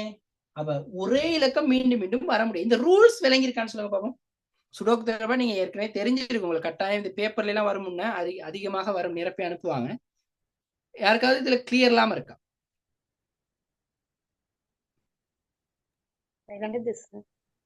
ஓகே, அப்ப நம்ம இங்க பார்ப்போம். இங்க வந்து இது இப்படிதான் இந்த வினா வரும். இடையில கொஞ்சம் கொடுத்திருப்பாங்க. கொடுக்காம இருக்கிறத மட்டும் தான் நம்ம கண்டுபிடிக்க வேண்டியதாக இருக்கும். பாருங்க, அப்ப இந்த இடத்துல ஃபர்ஸ்ட் 5 இருக்கு. அடுத்து இந்த இடத்துல 3 இருக்கு. இந்த இடத்துல 6 9 8 இருக்கு. இந்த பாக்ஸுலுக்கு, அந்த சின்ன பாக்ஸுலுக்கு இருக்கு. அடுத்து இங்க 7 இருக்கு. இங்க 1 இருக்கு. இங்க 9 இருக்கு. இங்க 5 இருக்கு. இங்க சி இருக்கு. இங்க சின்ற எழுத்து இருக்கு. இங்க 6 இருக்கு. சரி, சி இருக்கு. இங்க 6 இருக்கு. அடுத்து இந்த இடத்துல 8 இருக்கு. இங்க டி இருக்கு. இங்க 4 இருக்கு. இங்க 7 இருக்கு. அடுத்ததான் இந்த இடத்துல 6 8 3 2 8க்கு கீழே சாரி இந்த இடத்துல போட்டேன். 6 8 3 2 6 8 3 2. அடுத்து இங்க வந்து 3 1 6 3 1 6 இருக்கு. ஓகேவா? 3 1 6. அடுத்தது இந்த இடத்துல B 6. இந்த இடத்துல இருக்குது 4 1 9 4 1 9. இந்த இடத்துல 8. அதுக்கு நேரா இந்த இடத்துல A 7 9 5. இந்த இடத்துல E இருக்கு. இந்த இடத்துல 2 8. ஓகே, இப்ப இதுல ஏபிசிடியை மட்டும் தான் கண்டுபிடிக்கணும். இதை கண்டுபிடிக்கிறதுக்கு நம்ம பார்ப்போம். பாருங்க, நம்ம இப்ப உதாரணத்துக்கு முதலாவது ஏன்றதை எடுத்துக்கணும். ஏ இருக்கிற புக்ஸ் ஏதான் நம்ம கண்டுபிடிக்கணும். ஏன் இருக்கிற இடத்துல இந்த இடத்துல வரக்கூடிய இலக்கங்கள் என்னன்னு பார்ப்போம். இந்த ஏக்கு வரக்கூடியது என்னென்னவாக இருக்கலாம் அப்படின்றத பார்ப்போம். சரியா? ஏக்கு வரக்கூடியதை என்னன்னு பார்ப்போம். அப்படிலாம் இன்னொரு மெத்தட்லயும் கண்டுபிடிக்கும். அதையும் செய்தாலும் பரவாயில்ல. சரி, முதலாவது பார்ப்போம். அப்ப கட்டாயம் ஃபர்ஸ்ட் ஓர்டராவே போகும். சரிதானே? முதலாவதா இந்த பாக்ஸ், இந்த பாக்ஸ் இருக்குதானே, சின்ன சின்ன அந்த 9 பாக்ஸ் இருக்குதானே, பெரிய பெரிய பாக்ஸ்ல 9 இருக்குதானே, அது உள்ளுக்கு வந்து ஒரு இலக்கம் ஒரு தடவை வந்திருக்கும். சரியா? அந்த அடிப்படையில பார்ப்போம். முதலாவதா 1 பார்ப்போம். 1 பாப்பமா இருந்தா இந்த பாருங்க, நான் இப்ப டார்க் பண்ற இடத்துல பாருங்க 1 இருக்கு. இந்த பாக்ஸுக்கு 1 இருக்கு. அப்ப மீண்டும் அதுகளுக்கு 1 வர முடியாது. அதே மாதிரி பாருங்க, இந்த இடத்துலயும் 1 இருக்கு. மீண்டும் அந்த பாக்ஸுக்கு 1 வர முடியாது. அதே மாதிரி பாருங்க, இந்த இடத்துலயும் 1 இருக்கு. அதாவது 9 1 வரணும், 3 1 தான் இருக்கு. 1 2 3 1. இப்ப நம்ம பார்ப்போம் எந்தெந்த இடத்துல 1 வரலாம். இப்ப இந்த பாக்ஸ்ல 1 வரணும் தானே. பாருங்க, இப்படி நேரா பாப்பா ஈ கிட்ட 1 வர முடியாது. ஈ இருக்க இடத்துல 1 வர முடியும். ஏன்னா அந்த ரோல 1 இருக்கு. அப்ப இந்த இடத்துலயும் 1 வர முடியாது. அடுத்து பார்ப்போம், 2க்கு கீழே 1 வர முடியாது, 8க்கு கீழே 1 வர முடியாது. ஏன்னா அந்த ரோல பாருங்க 1 இருக்கு. அந்த ரோல பாருங்க 1 இருக்கு. ஆகவே எந்த இடத்துல கட்டாயம் 1 வரும்னா ஏ கிட்ட தான் 1 வரும். ஆகவே ஏக்கு வந்து விடை 1. கன்ஃபார்மா ஏக்கு வந்து விடை வந்து 1 தான். ஏன்னு விளங்கிருச்சா? ஏன்னா கட்டாயம் அந்த பாக்ஸுக்கு 1 வரணும், ஈ கிட்டையும் 1 வர முடியாது. ஏன்னா அந்த குளம்ல பார்த்தா 1 இருக்கு, மேல இருக்கு. ஆகவே அந்த ஈ கிட்ட 1 வர முடியாது. அதே மாதிரி பாப்பா 2க்கு கீழே 8க்கு கீழேயும் 1 வர முடியும். ஏன்னா அந்த ரோலையும் 1 இருக்கு. பாருங்க, இங்க குளம்ல 1 இருக்கு, இங்க ரோல 1 இருக்கு. அவை ஏ இருக்கிற இடத்துல மட்டும் தான் 1 இல்ல. அவை ஏக்கு வந்து வரக்கூடிய பெருமதி 1. அவை ஏ சமன் 1. பாருங்க, இலகுவா கண்டுபிடிச்சு ஏ சமன் 1. சரி, வேற எங்கெல்லாம் 1 வரலாம் அப்படின்றத பார்ப்போம். கன்ஃபார்மா போடக்கூடியதா இருக்கணும். சரிதானே? அப்ப இந்த இடத்துல ஏ இருக்க இடத்துல இந்த இடத்துல 1 நம்ம கண்டுபிடிச்சிட்டோம். இந்த பாக்ஸ்ல 1 வந்துருச்சு. இப்ப இங்க பாப்போம் 1 போட முடியுமான்னு. இங்க 1 வராது, இங்க 1 வராது, இங்க 1 வராது, இங்க 1 வராது, இங்க வராது, இங்கேயும் வராது, இங்கேயும் வராது. அவ இந்த பாக்ஸ்ல 1 இந்த இடத்துல வரும். இதை ஃபுல்லா ஃபில் பண்றதா இருந்தா நம்ம ஃபில் பண்ணிட்டே போகலாம். ஆனா அவ்வளவு தேவையில்லைன்னு நினைக்கிறேன். சரி, பாருங்க, இங்க 1 இருக்கனால இந்த இடத்துல 1 வர முடியாது. அதனால நான் எக்ஸ்போர்ட் இருக்கு. அதே மாதிரி இங்க இந்த இடத்துல 1 வந்திருக்கா, இந்த இடத்துல 1 வர முடியாது, இங்கேயும் 1 வர முடியாது, இங்கேயும் 1 வர முடியாது. அப்ப சிக்கு 1 வர முடியாது. அதே மாதிரி 6க்கு மேல இங்கேயும் 1 வர முடியாது. ஏன்னா இங்கிட்டு பார்த்தா இங்கேயும் 1 இருக்கு. ஆகவே அந்த இடத்துல 1 வரும். இப்ப அதே மாதிரி பார்க்கலாம். இங்க பார்த்தா இந்த இடத்துல 1 வர முடியாது, இங்கேயும் 1 வர முடியாது, இங்கேயும் 1 வர முடியாது. ஆகவே கட்டாயம் இந்த இடத்துல தான் 1 வரும். அடுத்து அப்ப பாருங்க, 1 2 3 4 5 6 6 1 வந்துருச்சு. இன்னும் 2 3 1 போட இருக்கு. அப்ப இங்க பாக்ஸ்ல பார்த்தா இங்க 1 வரையல, இங்கேயும் 1 வரையல, இங்கேயும் வரையல, இங்கேயும் வரையல, இங்கேயும் வரையல, இங்கேயும் வரையல. ஆகவே இங்க தான் 1. அப்ப அந்த இடத்துல 1 வரும். அடுத்ததா பாக்குறோம், இதுலயும் 1 வர முடியாது, இங்க 1 வர்றதுக்கு 2 சான்ஸ் இருக்கு. இங்கேயும் வரலாம், இங்கேயும் வரலாம். அதே மாதிரி இதுல பார்த்த மாதிரி தான் இங்கேயும் 1 வர முடியாது, இங்கேயும் 1 வர முடியாது, இங்கேயும் 1 வர முடியாது. ஆனா இங்கேயும் 1 வரும். இப்ப 2 பாக்ஸுக்கு 1 வந்து கன்ஃபார்மா போட முடியாது. இந்த 1 எப்படி போட்டோன்றது விளங்குச்சா? சொல்லுங்க பாவம்.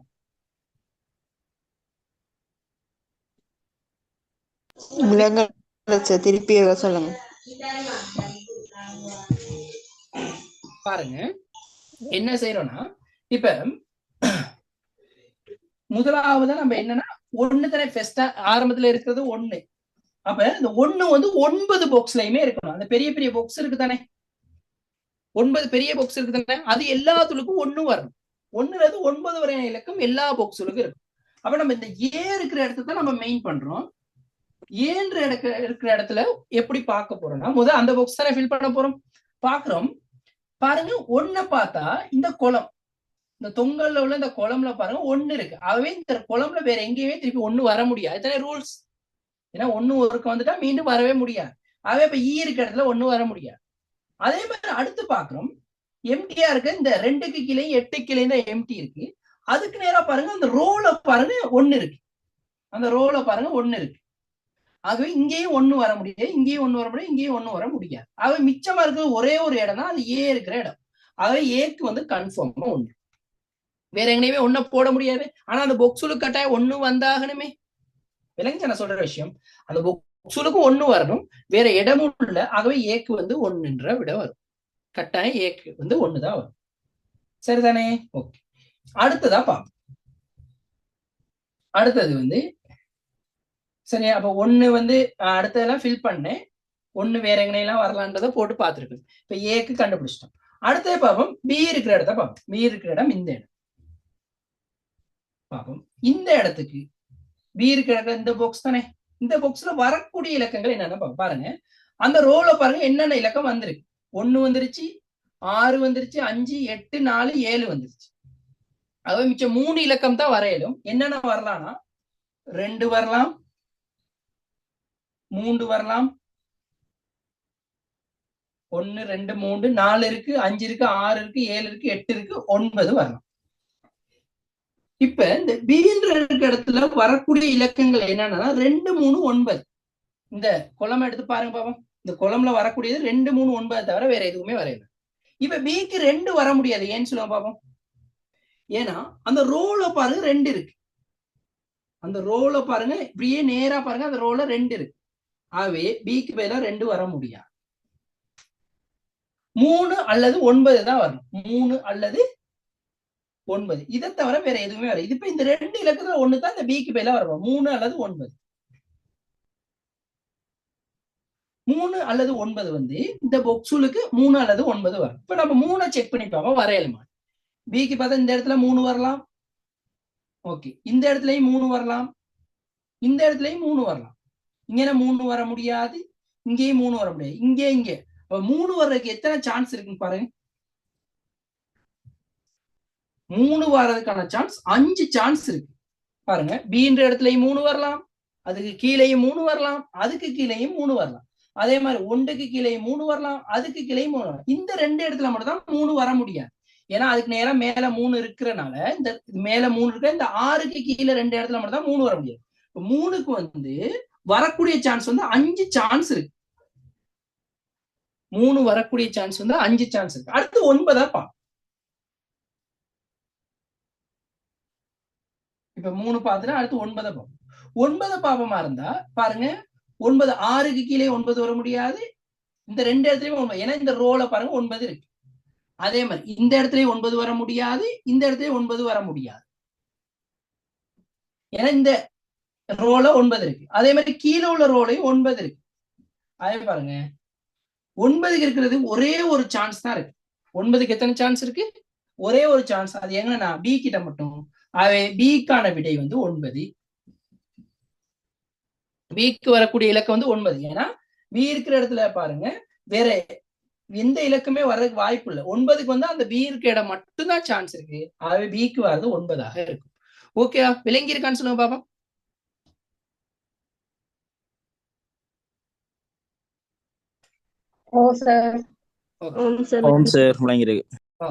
இதே மாதிரி நீங்க CDE எல்லாம் கண்டுபிடிச்சு பாருங்க.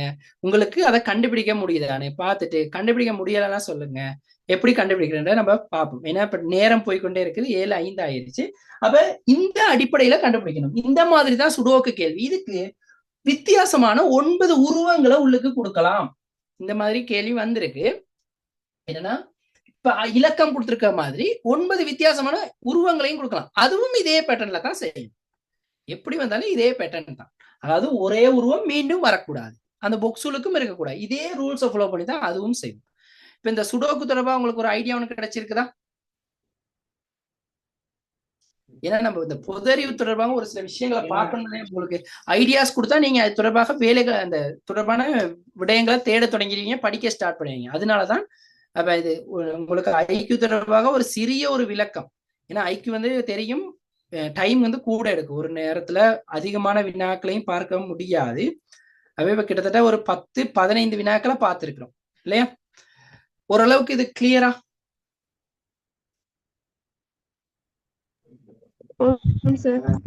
ஓகே. இப்ப நான் அந்த சொன்னதானே ஐக்கியூல எந்தெந்த தலைப்புகளுக்குள்ள நீங்க விஷயத்த தேடணும்னு அந்த விஷயத்த சொல்றேன். அதை ஒருக்கு நீங்க நோட் பண்ணிக்கொள்ளுங்க. சரிதானே? அது ஒரு முக்கியமான விஷயம் தான் இன்னைக்கு வந்ததுல.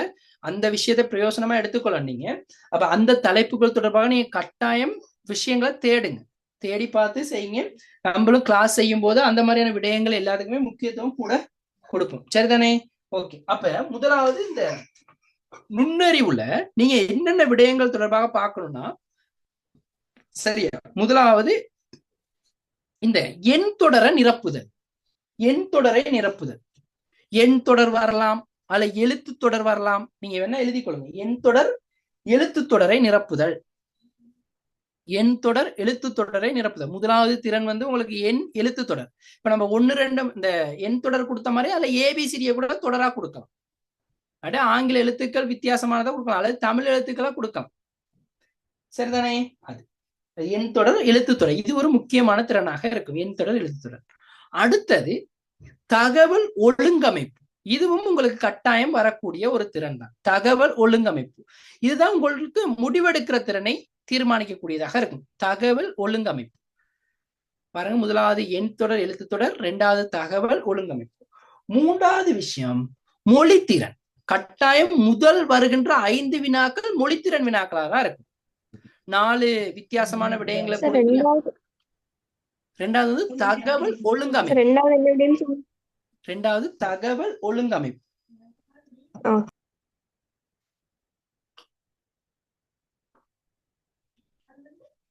மூன்றாவது வந்து மொழித்திறன். மொழித்திறன் வந்து தனியா உங்களுக்கு எக்ஸாம்ல பேப்பர் ஒன்று இருக்கு. அப்ப அதுல படிக்கிற விடயங்களை நோட் பண்ணிக்கொள்ளுங்க. அதுல ஒத்த கருத்து எதிர்கருத்து சம்பந்தமா வரலாம், அல்லது வித்தியாசமான சொல்ல கண்டுபிடிக்கிற மாதிரி வரலாம். 5 வினாக்கள் கட்டாயம் மொழித்திறன் வினாக்கள் தான். முதல் 5 வினாக்களும் மொழித்திறனாக இருக்கும். இது பொது உளச்சார்புலையும் முதல் 5 வினாக்களுமே வந்து உங்களுக்கு என்னவாக இருக்குன்னா மொழித்திறன் வினாக்களா இருக்கும். அப்ப பெஸ்டா மொழித்திறன். அடுத்து எழுதுனா டைம் ஆகும், நான் சொல்றேன், நீங்க நோட் பண்ணுங்க. முதலாவது மொழித்திறன், அடுத்ததாக வந்து தகவல் ஒழுங்கமைப்பு, அடுத்து வந்து சொன்னேன்னா எண் அல்லது எழுத்துத்தொடர், எண் அல்லது எழுத்துத்தொடர் அல்லது எண் கோலம்னு போட்டுக்கொண்டாலும் சரி. சரிதானே? அடுத்தது ரகசிய குறியீட்டு திறன். அடுத்தது வந்து ரகசிய குறியீட்டு திறன் தொடர்பான வினா. ரகசிய குறியீட்டு திறன். ரகசிய குறியீட்டு திறன். அந்த ரகசிய குறியீட்டு திறன்ல என்னென்ன வரலாம்னா, ஆங்கில எழுத்துக்களை அடிப்படையாக கொண்டது வரலாம், இலக்கங்களை அடிப்படையாக கொண்டது வரலாம், திகதியை அடிப்படையாக கொண்டது வரலாம், குறியீடுகளை அடிப்படையாக கொண்டது வரலாம், இப்படி உருவங்களை அடிப்படையாக கொண்டது வரலாம். இப்படியான எவ்வாறான வினாக்கள் வேணாலும் வரலாம். அது வந்து என்னன்னா ரகசிய குறியீட்டு திறன். ரகசிய குறியீட்டு திறன். அடுத்தது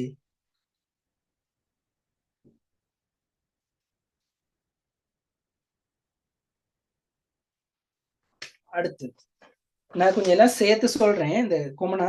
அடுத்தது வந்து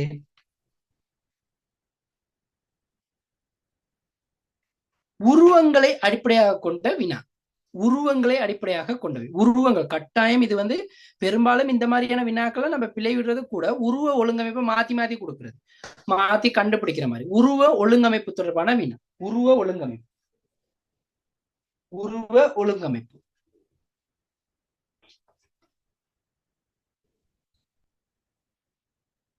அடுத்து கண்ணாடி பிம்பம்.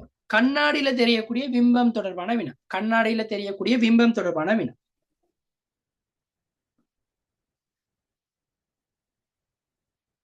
அடுத்து தாயக்கட்டை தொடர்பான வினா.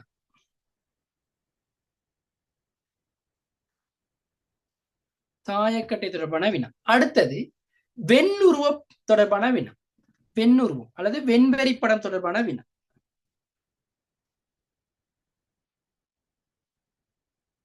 வெண்ணுருவம் தொடர்பான. அடுத்து உறவுமுறை தொடர்பான வினா. உறவுமுறை.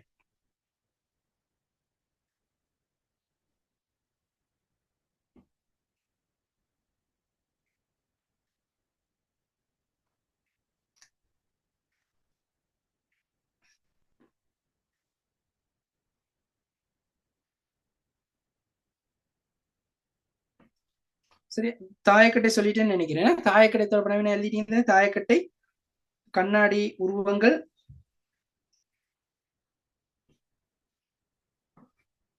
சரிதானே? இது எல்லாமே நீங்க பார்க்கக்கூடிய இந்த நுண்ணறிவு தொடர்பான மேலதிகமானதை நான் கொஞ்சம் உங்களுக்கு வேணா டைப் பண்ணி அல்லது குரூப்ல நான் ஒருக்க போட்டு விடுறேன். கணித திறன்கள் என்னென்ன பார்க்கணும்னா பாருங்க, இந்த மாதிரியான வினாக்கெல்லாம் கட்டாயம் நீங்க செய்து பாருங்க. நான் அதுக்காக தான் உங்களுக்கு கொடுக்குறேன்.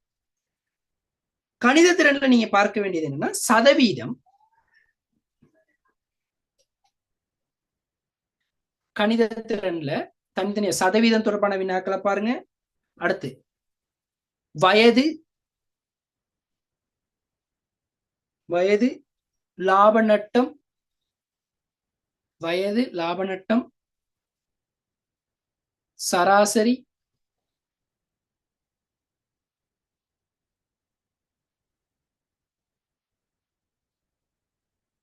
பரப்பளவு,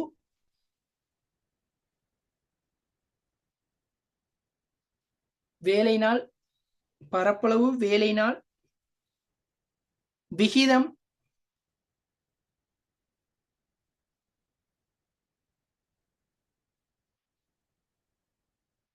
வேகம், நேரம்,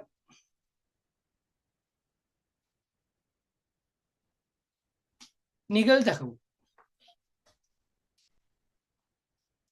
சரியா?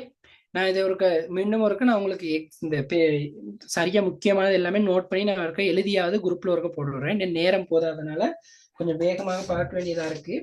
அடுத்தது பொதறிவு தொடர்பாக ஒரு விஷயத்த காய்ச்சிருவோம். பொதறிவு தொடர்பாக எப்படி நம்ம விடயத்தை தேடிக்கொள்றது அப்படின்ற விடயத்தை பார்ப்போம். கொஞ்சம் ராம்கினா சொல்லுங்க ஆனா என்ன கண்டினியூவா அப்படியே விளங்கலாமுங்க. கண்டினியூவா அப்படியே இந்த பொதறிவு தொடர்பாக காய்ச்சி முடிப்போம். ஆமாமா, கண்டினியூ பண்ணுங்க. ஓகே, சரி, ஓகே. அப்ப நீங்க இந்த பொதறிவு தொடர்பாக பாருங்க. பொதறிவு தொடர்பாக நான் உங்களுக்கு மெயினா எங்க இருந்து விஷயத்தை எடுக்கிறது அப்படின்ற விஷயத்த சொல்றேன். ஏன்னா பொதறிவு தொடர்பாக எங்க எடுக்கிறது அப்படின்ற நிறைய பேருக்கு தெரியாதவங்க பொதறிவு தொடர்பாக தேடுறது குறைவு.